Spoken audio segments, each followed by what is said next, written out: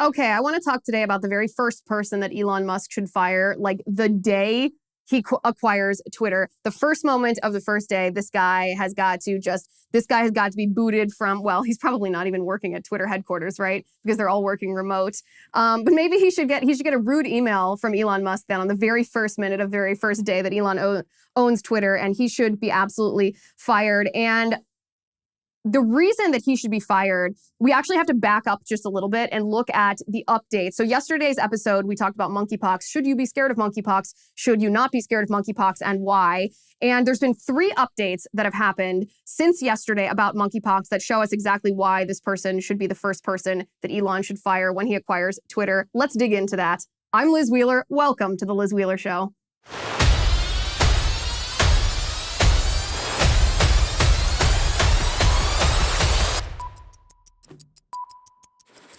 Two things that are really important to me online are safety and privacy. That's why I like incognito. Thousands of companies are collecting, aggregating, and trading your personal data without you knowing anything about it. Maybe you subscribed for a free newsletter, and shortly after you started receiving lots of spam from unknown senders. Creepy, right? The good news is you have the right to request data brokers to delete what information they have about you and protect your privacy. The bad news is it would take years to do it manually. The best news is Incogni can do the messy work for you automatically. Incogni helps you protect your privacy and take your personal data off the market by reaching out to data brokers on your behalf, requesting your personal data removal and dealing with their objections. Now, most often, these data brokers hold your name, your email address, your home address, your phone number, the names of your relatives even, your social security number, your employment history, your shopping habits. I told you it was creepy. That's why you need Incogni. The first 100 people to use my URL, which is incogni.com/Liz Wheeler, and use my promo code, Liz Wheeler, get 20% off Incogni. Protect your privacy today. Go to incogni.com/Liz Wheeler and use code Liz Wheeler to take your personal data off the market. Today's video is sponsored by Incogni. Okay, so yesterday, we asked the question, should we be scared of monkeypox? Should we not be scared of monkeypox? And the answer is no, we shouldn't be scared of monkeypox, but also yes, we should. We personally probably don't need to be scared of monkeypox unless we're going to gay orgies, unless we're going to fetish festivals like the super spreader event in Belgium. We don't need to be scared of it because it requires very close contact for transmission to happen. It's not spread by aerosols.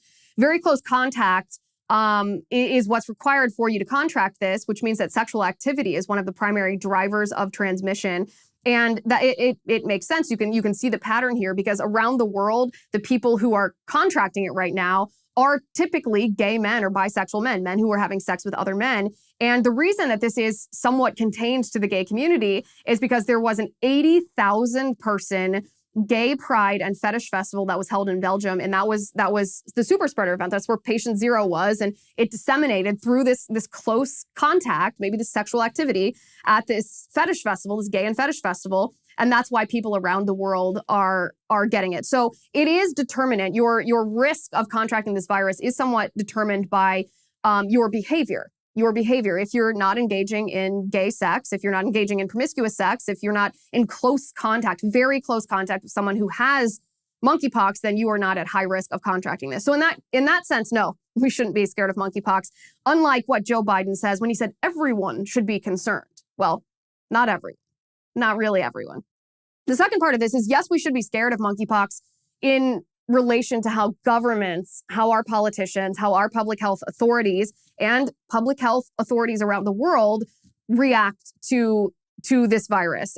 We know that Joe Biden already bought 13 million doses of the smallpox, monkeypox vaccine after a whopping two people in the United States contracted monkeypox, and he spent all these millions, these over $100 million, $119 million on 13 million doses of this vaccine. So that's what we talked about yesterday. If you haven't listened to that episode, go back, listen to it for all the details, because you're going to hear COVID 2.0. You're going to hear this narrative from the left that's going to mirror COVID, that there's going to be millions, hundreds of millions of people are going to die. Everyone's at risk, lockdown, mask up, all these terrible things that didn't work to stop COVID. The public health establishment is going to try to do that again with monkeypox. Get the facts, know how to counter this. But 3 things have happened since yesterday's episode that are updates in this same sphere, but also cross over into big tech and how big tech censors us. So the first thing that happened is Dr. Tedros. He's the current head of the World Health Organization. He has been reelected to his position. His term was about to expire, and he was reelected to another 5-year term. Now, this is a bad thing because Dr. Tedros played a huge role in encouraging masking, encouraging countries to lock down, encouraging countries to force vaccines on their population.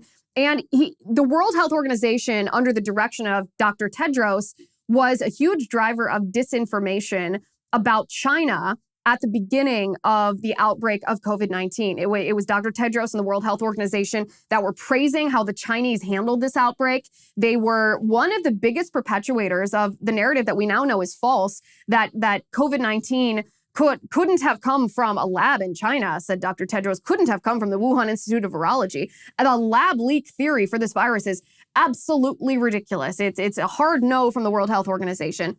We now know most people who are being honest with themselves think that there's a very high likelihood that this virus was somehow at least tampered with using gain of function, dangerous experiments to juice up a virus and make it more transmissible between human beings, that this happened at the Wuhan Institute of Virology. Tedros denied all this and told everyone not to believe it. Why? Because he's bought off. Tedros is bought off by the Chinese Communist Party. In fact, the Chinese have essentially worked behind the scenes to elevate Tedros to the position that he's in now. And I'm not talking about the re-election. I'm talking about before that. He was their chosen person. He was their pawn. He is their parrot. He's bought off by the Chinese communists. So bad news is that he's been reelected to this position at the World Health Organization for 5 more years. That's the first thing. The second thing is that the vaccine that Biden bought 13 million doses of, it's called the JYNNEOS vaccine. And this vaccine we're being told it has 85% efficacy against monkeypox, even though it was designed for smallpox. But what we're not being told is, are there side effects? Is it safe? We know it's approved, but is it actually safe? What are the side effects? How dangerous is it? What's the risk-benefit analysis? Because that's what we all should do that's what I do when I'm analyzing whether to take a drug or whether to take a vaccine. I say, well, what's my risk of the ailment? What's my risk of side effects or negative repercussions from what's supposed to be the treatment or the prophylactic? And we're not being told. There's no headlines that are talking about the side effects.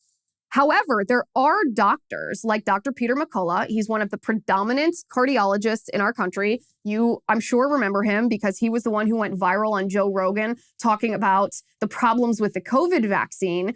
I interviewed Dr. Peter McCullough. You can find it on YouTube. You can find it on Locals. And Dr. Peter McCullough said, I asked him directly, is there anybody who is at high enough risk of COVID-19 that risk justifies the side effect profile of the COVID vaccine? I highly recommend that you go to YouTube or go to Locals, go to Rumble and listen to his entire answer on Rumble. I'm sure that part of the answer had to be censored on YouTube. So go to my Rumble channel to listen to that. He tweeted about the smallpox, monkeypox vaccine. This is what he said, quote, getting ahead of wide usage on safety, the JYNNEOS smallpox, monkeypox live attenuated caused 18% plus troponin. In this case, heart damage did not resolve on follow-up MRI. Targets for ring inoculation after pox exposure should be clearly informed of heart damage with these products. So what is he saying? He's saying that there's significant heart damage that happens as a result of this particular smallpox, monkeypox vaccine. Even though it's approved, there's significant heart damage that can be and is oftentimes inflicted. It's not a quick resolving ailment. It shows up in follow-up appointments, and that to give informed consent, doctors are always supposed to make sure they have informed consent from their patients before there's any kind of procedure that occurs or any medication that a patient intakes. Doctors can't just say, oh, we recommend this. They have to tell their patients what the negative side effects could be so that a patient can be fully informed before they give that informed consent. But if the public health establishment, politicians are not portraying this vaccine with both maybe the advantages that it has 85% efficacy against monkeypox, or so they say, if they're not presenting that hand in hand with, but you should know that it causes heart problems in X amount of people, and that those heart problems don't look like they resolve in the follow-up MRIs, then a patient cannot give informed consent because they're not fully informed. That's the second update that's happened. The third update that's happened is the lab experiments, right? The lab experiments that happen in the Wuhan Institute of Virology. We know what happened with COVID-19. We know that the bat lady got money indirectly from Dr. Fauci. Dr. Fauci at the NIH gave a grant to Peter Daszak at EcoHealth Alliance, who subcontracted this gain-of-function experimentation at the Wuhan Institute of Virology, and Dr. Shi, the bat lady, conducted these experiments. Those experiments juiced up the virus, made it more lethal, more transmissible between human beings. It turns out that these same type of experiments have been conducted on the monkeypox virus at the Wuhan Institute of Virology.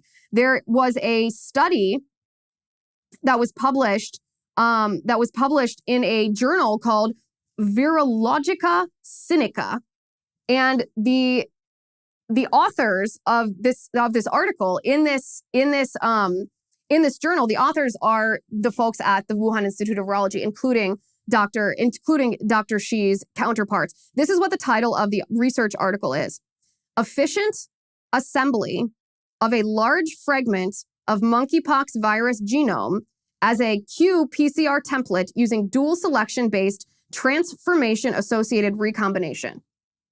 Okay, so that's a lot. That's a big mouthful of scientific words. This, by the way, was published just a few months ago. And one of the key laboratories cited here, the group of scientists that wrote this were from the Wuhan Institute of Virology. So, efficient assembly of a large fragment of monkeypox virus genome as a qPCR template using dual selection-based transformation-associated recombination. So the only part of that, the only words here that we really need to understand are that the monkeypox, it was the monkeypox virus, and they were assembling the genome of the monkeypox virus, the DNA, and they were assembling a template of the DNA of the monkeypox virus using a particular procedure called transformation association recombination. Okay, TAR is how that's sometimes abbreviated. Transformation associated recombination. Okay, so really the only critical part to this study or this research paper is scroll on down to page 5. At the bottom of page 5, this sentence. It's about this TAR procedure that they use. It says, however, this DNA assembly tool applied in virological research could also raise potential security concerns, especially when the assembled product contains a full set of genetic material that can be recovered into a contagious pathogen. The DNA assembly tool applied in this research could raise potential security concerns.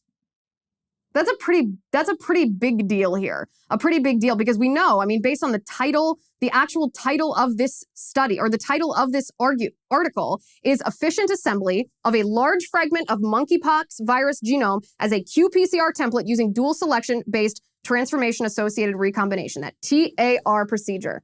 And that TAR procedure can raise potential security concerns because it can make a pathogen contagious. So these three things have happened since yesterday's episode. Tedros was reelected to the World Health Organization. There's been information that has come out about the monkeypox, smallpox vaccine. And in order to have informed consent, we need to know both what it does and what it might hurt. And then we have evidence that the monkeypox virus or a monkeypox virus has indeed been tampered with at the Wuhan Institute of Virology with a procedure that can actually juice up virus, a similarity to gain-of-function research, where a virus is made more transmissible or more deadly for humans if they are to contract it. Maybe it even enables it to be contracted by human beings. Now, it's tie into the person that Elon Musk should fire the day he acquires Twitter, because under Twitter's new misinformation and disinformation policy, we may not be able to have the conversation that we're having on Twitter.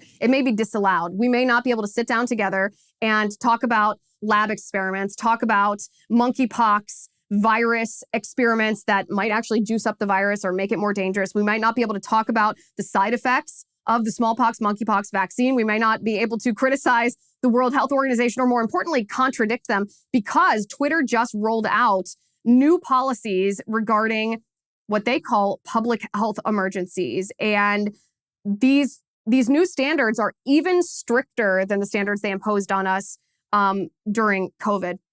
Now, I like Genucel because it works. How old does your mirror say you are? Ladies and gentlemen, you can delay this question for 5, 10, even 15 years with a new ultra retinol serum from Genucel. Marina from Fort Lauderdale, Florida loved it so much. Let me read to you what she says. She says, great product. My skin loves it. I've spent more money on creams over the years, enough to pay off my house. Just kidding, she writes, but it feels like that. This product has changed my life like no other. Now, Marina is flying high with Genucel's new ultra retinol serum with hyaluronic acid. This technological wonder hydrates your skin at a cellular level, and it builds on this deep moisture with the incredible anti-wrinkle effects of phytoretinol. So go to Genucel.com right now for up to 50% off the brand new ultra retinol serum. You'll be amazed with the results, or you can get your money back. You will also get Genucel's immediate effects for results in 12 hours or less. It's free with your order. Just go to Genucel.com/Liz. You have to use my URL for this, Genucel.com/Liz. Free express shipping, free returns, exquisite customer service. Go to Genucel.com/Liz. GENUCEL.com/Liz. Okay, so Twitter rolled out a new disinformation policy, and it was announced late last week, and I want to read exactly what the Twitter spokesperson who announced this, the head of safety and integrity at Twitter, tweeted in order to make this announcement. He said, "We're focused on ensuring people have access to credible information when it matters most. Today, we are introducing a new crisis misinformation policy to help protect the conversation on Twitter, starting with a focus on the Russian invasion of Ukraine." Now, this is different, by the way, than their other misinformation policy, because this one has to do with events as they unfold, a crisis misinformation policy. Keep that in mind. He said, especially during moments of crisis, misleading claims can go viral while the truth is still asleep. To help address these dynamics, we won't amplify or recommend potentially misleading content about crises as soon as we find credible evidence a claim may be misleading. Oh, it may be misleading. Not definitive proof that it is, but it may be misleading, and they're gonna shadow ban you. He says, for harmful, misleading claims that have been debunked by multiple authoritative sources, we'll prioritize placing them behind a prominent warning message. He shows a screenshot of the warning message. He then says, by the way, don't you wonder who his authoritative sources are? Places maybe like the World Health Organization, but we'll get to that in a moment. He says, our approach to mitigating the effects of harmful misinformation continues to move behind the leave up, take down binary of moderation. We've seen that not amplifying harmful content can reduce its spread by 30 to 50%. We'll continue to invest in these interventions going forward. So think about that for a second. Before we even get into the authoritative sources or how this is going to be applied, think about the impact of Twitter's algorithm. If this guy from Twitter is admitting that when they shadow ban a source of information, which means shadow banning a tweet, which means shadow banning your words, which means shadow banning you, it can reduce its dissemination by 30 to 50%. That's how powerful the Twitter algorithm is. It's not a free market. It's not a meritocracy. 30 to 50% is how effective their algorithm deliberately censoring information that they don't like is. So he includes in his tweet thread a link to Twitter's official announcement on their blog. And this is what they say. This is how we know what type of event they will apply these new crisis misinformation policies to.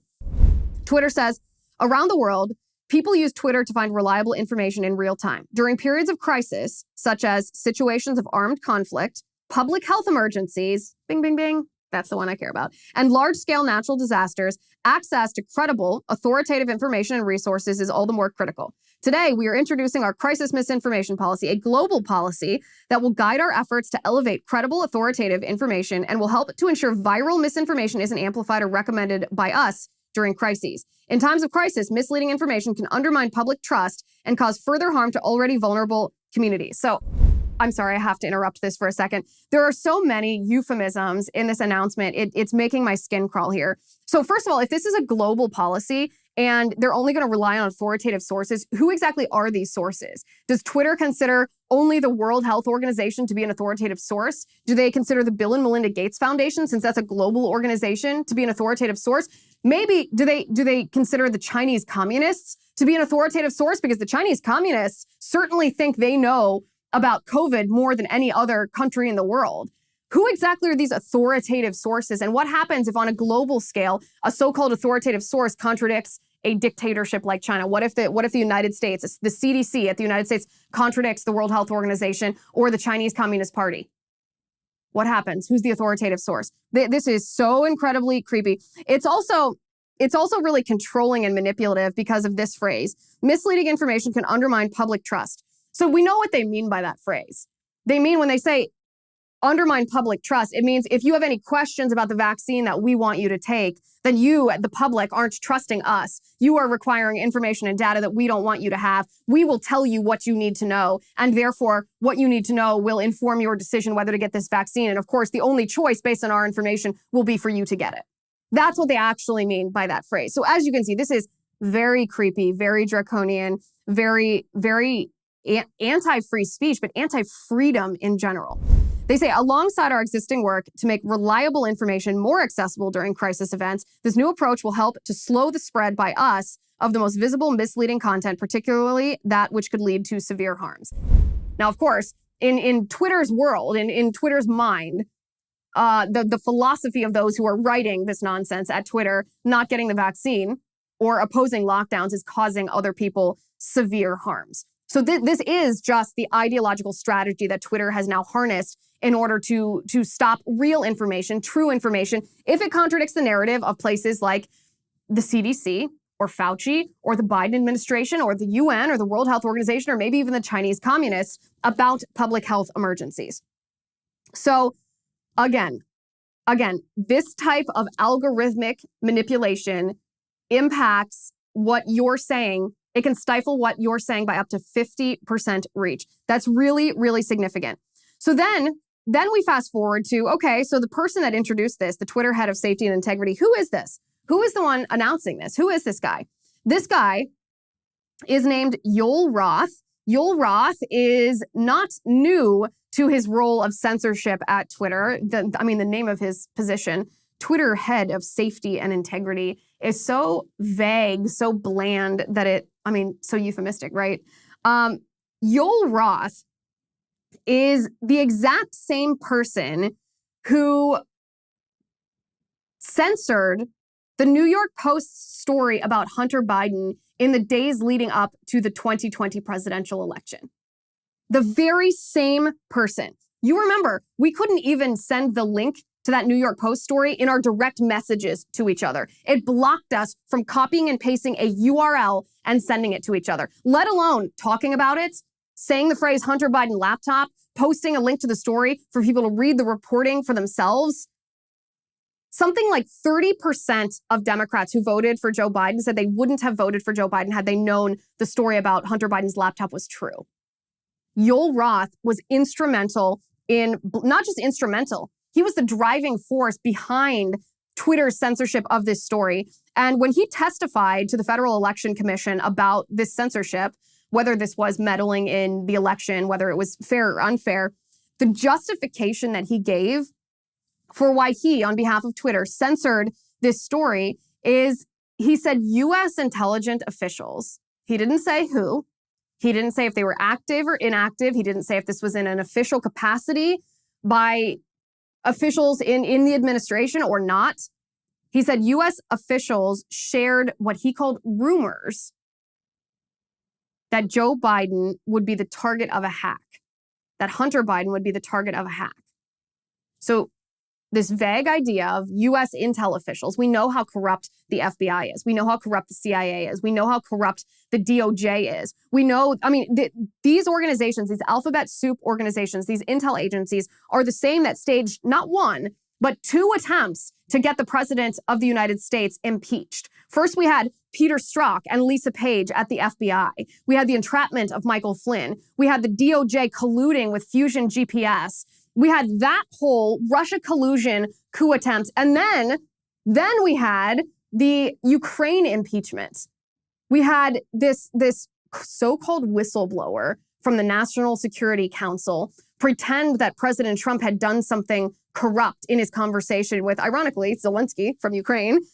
We all saw the readout of that call, and it wasn't illegal at all. In fact, it was very far from illegal. This so-called whistleblower who made it seem like President Trump had committed an impeachable offense simply disagreed with Trump on policy. But he caused the impeachment of a president of the United States. So when Yoel Roth testifies to the Federal Election Commission that U.S. intel officials shared rumors that Biden might be hacked, the first thing that I think is, U.S. intel officials, there's a credible bunch. There's people that are honest and full of integrity and don't have any ulterior motive or leftist agenda. They shared rumors. It wasn't even concrete intelligence. It wasn't even proof or evidence, just rumors that Biden might be hacked. He would be the target of a hack. And so Twitter, Yoel Roth on behalf of Twitter, used Twitter's hacked materials policy as justification for stifling the Hunter Biden laptop story. He said, we don't allow hacked materials to be published, even though you'll remember the laptop wasn't hacked. The laptop was taken by Hunter Biden to the laptop repair shop. He never picked it up ever. And therefore it became the property of the shop owner who looked at it, saw what was on it, and reached out to Giuliani, reached out to law enforcement, turned this in, made this public. He was allowed. It was his property because Hunter Biden never picked it up. That's not hacked materials. That's not hacking. That's Hunter Biden being a crackhead and recording himself doing drugs, recording himself having sex, recording his emails where he conducted this shady business abroad, used the position of his father in the Obama administration, vice president of the United States, to make money on the Biden name, to sell access to his father. And his father knew about it and was involved based on the emails we saw on the Hunter Biden laptop, not hacked materials. But Yoel Roth, based on these rumors from these intel officials, stifled that story. This same guy. Not only did he actively impact the outcome of a presidential election in an unfair way, he's also insanely biased. If you look at his own personal Twitter feed, these are a couple of the tweets that he has posted in the past few years. On November 8th of 2016, this is what Yoel Roth tweeted. He said, I'm just saying, we fly over those states that voted for a racist tangerine for a reason. We fly over those states that voted for a racist tangerine for a reason. He's dismissing half the country. I mean, this is the same as the basket of deplorables. He's dismissing half the country because the Midwest and the South are typically Republican. They're known as flyover states, but that's an endearing comment for most people. But no, Yoel Roth wants them to be dismissed. He says we fly over them, we ignore them for a reason because they voted for someone we don't want in office. This is, by the way, one of the biggest arguments in favor of the Electoral College, because this is how leftists actually think. They actually want the middle of the country completely dismissed because of the politics of the people that live in that country. That's one tweet. Then on January 22nd of 2017, this is what Yoel Roth tweeted. He says, yes, that person in the pink hat, he's talking about the Women's March, you remember the pink hats. Yes, that person in the pink hat is clearly a bigger threat to your brand of feminism than actual Nazis in the White House. He's calling Trump an actual Nazi, which is the same as calling you a Nazi or me a Nazi, because it is the people who voted for the president who put the president in the White House. The president's representing the votes of the people. Actual Nazis in the White House. This is the individual, Yoel Roth, who Twitter's head of safety and integrity, who stifled the Hunter Biden laptop story, who is insanely biased against us, who is now the arbiter of what's allowed to be posted during crises, during armed conflicts, during public health emergencies. So public health emergencies, does the monkeypox outbreak constitute a public health emergency? If so, then Yoel Roth is going to be the one saying what you can post and what you can't post. Whether you can talk about Dr. Tedros, whether you can talk about him being corrupted by the Chinese, whether you can talk about the pros and cons, the efficacy or the side effect profile of a vaccine, whether you can talk about lab experiments on monkeypox viruses that look an awful lot like gain-of-function research, that even in the research paper published by the Wuhan Institute of Virology, there's a warning about the danger of this kind of procedure, this kind of experimentation on virus DNA and how it can be weaponized into a contagious pathogen. Yoel Roth is now in charge of what we can talk about as the public health establishment and politicians in our country and around the world are gearing up to do this all again, to do COVID all again, the lockdowns, the masks, the vaccines, the violation of our rights, the fear-mongering. They're gearing up to use monkeypox all over again in the same way. And now Yoel Roth is going to be in charge of what we're allowed to post on Twitter before it's been verified by several authoritative sources that he hasn't defined as what makes them authoritative. Now you understand who exactly Elon Musk should fire on day one when he owns Twitter. The first moment of the first day, the first email that he should send, the first word that he should say is, hi, I now own Twitter. Yoel Roth, you are fired. You're fired because you're a liar. You're fired because You stifle the truth. You censor conservatives for being conservative. You're racist towards people who you disagree with based on their politics. Yoel Roth should be the first person that Elon Musk fires. And I hope Elon knows about this. I hope that he's aware of Yoel Roth. I hope he's aware of who Yoel Roth is and his history, his behavioral, honestly, his resume. His resume, the things that he brags about are reasons why he should be fired. But it's also, by the way, why we should not be surprised that Elon Musk has been the target of allegations of sexual misconduct. This makes perfect sense. Absolutely perfect sense. Now, I like Dormeo because really good, really nice mattresses are just crazy expensive, but I still want to sleep on a bed that feels really good and really nice. If you suffer from achy hips, back, or shoulders, then you have to try the premium mattress topper by Dormeo. It's a fraction of the cost of a new mattress, but you get that new bed feeling without having to buy a new bed. Their smart body zoning helps create better support for your body while you sleep. That means no more waking up with unexpected aches and pains that you didn't have the night before. Their mattress topper has a full range of sizes from twin all the way through king. They even have RV sizes and a new split head king. It's perfect for everything, from an adjustable base to a spare bed in the guest room to couches, futons, and boats even. If you can sleep on it, they probably have a mattress topper for it. Plus, Dormeo is known for their incredible customer service. Give them a call, message them on their website, and be amazed at how fast they respond. Right now, you can go to dormeo.com/Liz, and you will receive 30% off your Dormeo mattress topper. That's the best offer you'll find anywhere, but you have to go to dormeo.com/Liz, my URL.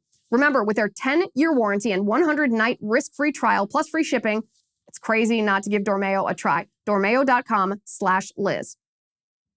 Okay, so Elon Musk has been accused of sexual misconduct, and I feel bad for the guy. This must be one of the most horrendous things that a man can be accused of, especially when there's indication that it's probably not true. However, I expected this. This is not surprising to me at all. In fact, I tweeted last week to Elon Musk and said, okay, so first you try to acquire Twitter, and under the guise, not the guise, but under the promise of restoring free speech, and what happens? The left calls you a racist. They say, oh, you grew up in South Africa, you're from South Africa. You know, there's a lot of racism, a lot of oppression of Black people there, a segregated society. You're a racist too. So you embrace a policy position like free speech that sadly is now more of a Republican policy position, and the left immediately accuses you of being a racist. But then Elon Musk posted that he will be voting Republican in the midterm elections. He said the Democrats have gotten too crazy. The Republicans are offering what makes sense, policies that make sense for our economy. So I will be voting Republican. And he said, I think a lot of people are, because they're turned off by how radical, how Marxist, how communist the left has gotten ideologically. And I said, but then you said that you're going to vote Republican. So watch out. What's going to happen is they're not only going to try to derail your Twitter deal. They're not only going to call you a racist. They're not only going to try to engage in a character assassination, but wait for the sexual assault, sexual misconduct allegations. They're going to trot out some kind of pawn, some kind of woman to make this allegation. And literally the next day, a woman accused Elon Musk of sexual misconduct. She said she was a flight attendant on one of his planes and that he offered her, this is her allegation, he offered to give her a horse if she would, give him sexual favors. And her allegation, she claimed that she had proof of this because Elon Musk's company paid her $250,000 to settle this. And a couple of things here. First of all, it's more of a coincidence. It can't be a coincidence if you look at the history of how the Democrats are responding to Elon Musk, right? If you look at this idea that he's trying to restore free speech to Twitter, it would break up the big tech monopoly, which threatens not just the big tech monopoly in and of itself, but it threatens this evil trifecta of big government, corrupt politicians, and big media and big tech controlling information and therefore controlling people's minds, therefore controlling people's votes. It breaks up this big tech thing. So this big tech monopoly. So the left is fundamentally, existentially threatened by Elon Musk, threatening to break it up, then promising to restore free speech threatens them even more, because what's better than the bad information the left gives us is more information, good information, countering information, dissenting information. It sharpens what we know when there's competing information. They're very threatened by that, so they call him a racist. And then he says he's going to vote Republican. They don't want him to be the face of someone who used to be leftist and now thinks, oh, it's okay for me to be Republican because the left has gone nuts and the Republicans are pretty normal. They don't want people to follow his lead. And so they're like, okay, we have to cancel him. We have to demonize him. We have to get rid of him. We have to destroy him. We will accuse him of sexual misconduct. It's no coincidence that that we've seen this unfold in the last month and a half. This is the Democrats' playbook. They're evil. They're evil, but they're very predictable. So a couple of things. First of all, the $250,000 settlement is not an admission of guilt at all. In fact, oftentimes when executives are accused or falsely accused of things, the big umbrella corporation will pay to settle with the accuser because they would rather spend what's to them a piddly amount of money to make someone be quiet than to have this drag out in court, to have their reputation tarnished, the executive's reputation tarnished, especially if it's not true. And so it's not an admission of guilt. And think about $250,000 to a billionaire. That's like dropping a $20 bill. Of course, you're going to drop a $20 bill to take care of a nuisance. Why wouldn't you? The other thing is this wasn't paid by Elon Musk personally. It was the company. And so I've actually heard of a high-level official at a very large company who was falsely accused of sexual assault, who wanted to fight it in court, who said, I don't care about the reputation. I will not be falsely accused. And the company said, well, since this lawsuit is technically against the company, we don't care if you want to fight it. We're not going to fight it. We're just going to pay. We're going to settle this person. We understand that you say it's false. We're going to settle this so that it doesn't become a public thing. And the executive was infuriated, was really angry about this because he wanted to fight this, but it was the company's decision. This is the same scenario. This was the company that paid this off. So we have no idea if Elon wanted to pay this off or didn't want to pay this off. The company, when I say the company, it's almost in quotation marks, but I shouldn't put it in quotation marks, because when business decisions like this are made by companies, they have a responsibility not just to protect their, in this case, CEO, Elon Musk, they have a responsibility to their shareholders. How much would this have cost their company in totality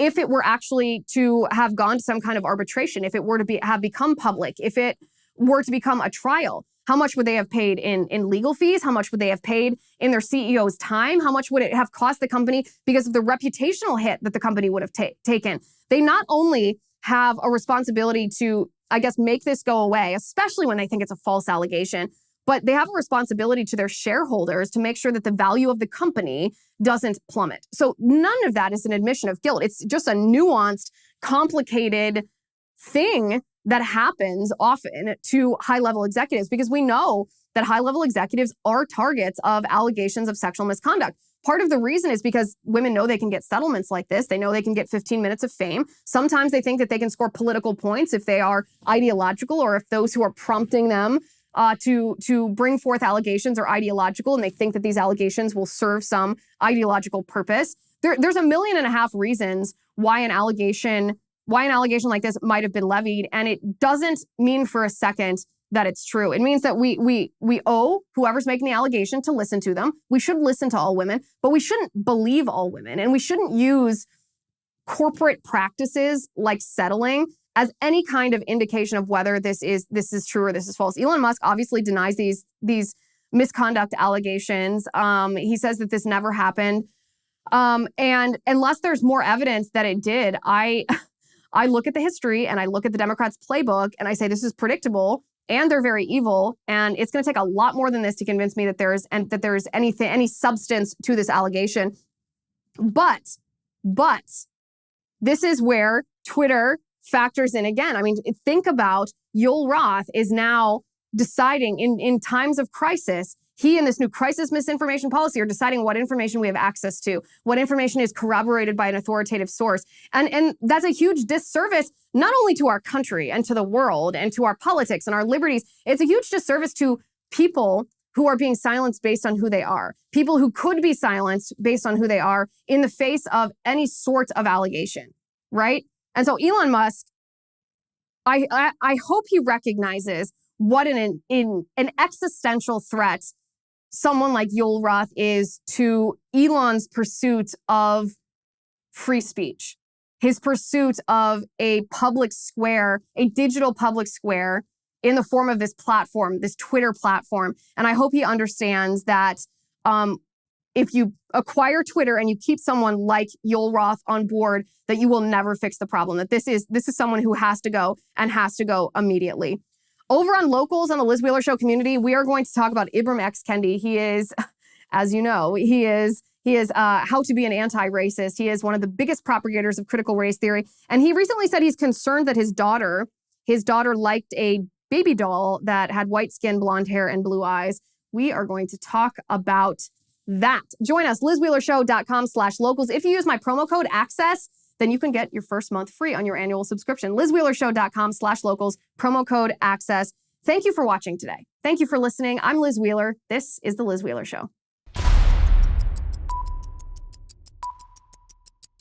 The Liz Wheeler Show is produced by Jonathan Hay, executive producer Chad Abbott, director of photography Kevin McRoberts, editor Alejandro Figuerella, sound mixer Robin Fenderson, director of marketing Emily Washler, production and talent coordinator Matt Toffler, and senior publicist Patricia Jackson. This has been a Soundfront production.